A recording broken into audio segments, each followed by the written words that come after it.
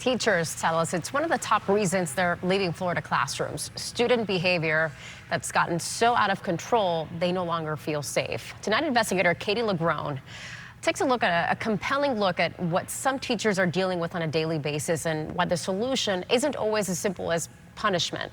We do want to warn you that some of the video you're about to see is violent and maybe disturbing to some viewers.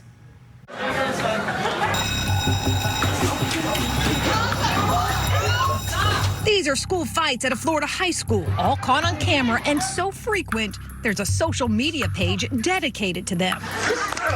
It's the kind of extreme student behavior that teachers tell us has become too normal on school campuses. Has student behavior become out of control? In my opinion, I believe it has taken a big turn to being out of control. Delia Doss is a veteran teacher in St. Pete and says every day seems like a battle against students who taunt, disrespect, or otherwise disrupt classroom learning. Yeah, bro. They don't fear anyone. Have you gotten hurt yourself?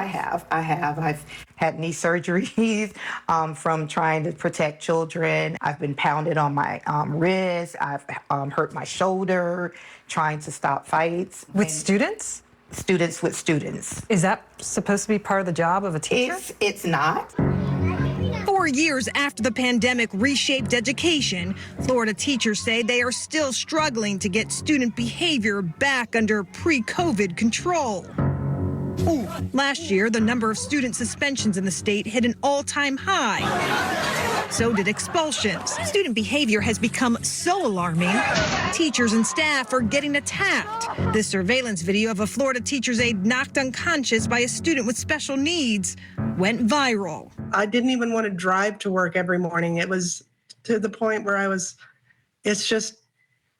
didn't want to be there anymore. Former Lee County Middle School teacher Stacy Sawyer points to student violence as the reason she left the profession a year ago. I was having nightmares that something was going to happen to me. There were fights on campus. There were fights in the hallway. It got to be scary.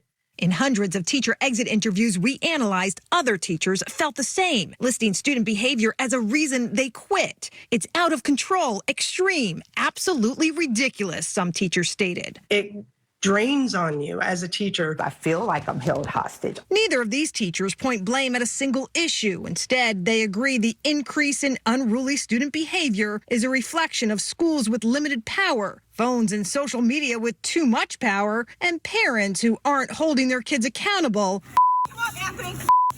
or even contributing to all the mayhem. This is disturbing video we recently obtained from a parent who says her 12-year-old son was attacked at a school bus stop by a classmate. The state attorney used this video as part of its investigation. According to the criminal affidavit, the classmate's mom intentionally drove him to the scene, encouraged the fight, even got in on it. Why you hitting him? Striking the young victim with her cell phone. That mom now facing criminal charges, including contributing to the delinquency of a child. It's a problem. It's a big problem. We really need to get a handle on this. Susan McMahon leads a national task force studying the increase in violence against school staff and how it's resulting in teachers leaving the profession. And we can't just sort of say this is a student problem, but we have to say what's the leadership, what are the discipline policies, what's the positive reinforcement in the school climate, what are the supports for mental and behavioral health for students as well as teachers and other school staff. Florida's largest teachers union believes the solution is more mental health help on campus. For the sake of our country, for the sake of our state, for the sake of our communities, we have to get at the root of the problem with student discipline. And the root of that problem right now is making sure that we have enough mental health services in place. Everybody plays a role. Teacher Delia Doss says something needs to change.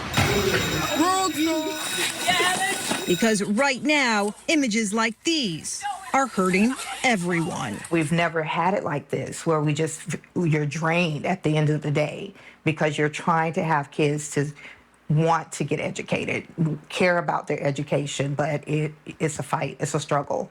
As for the mom in that video, we reached out to her attorney. He tells us there's more to the story, but didn't elaborate. I'm Katie LaGrone reporting.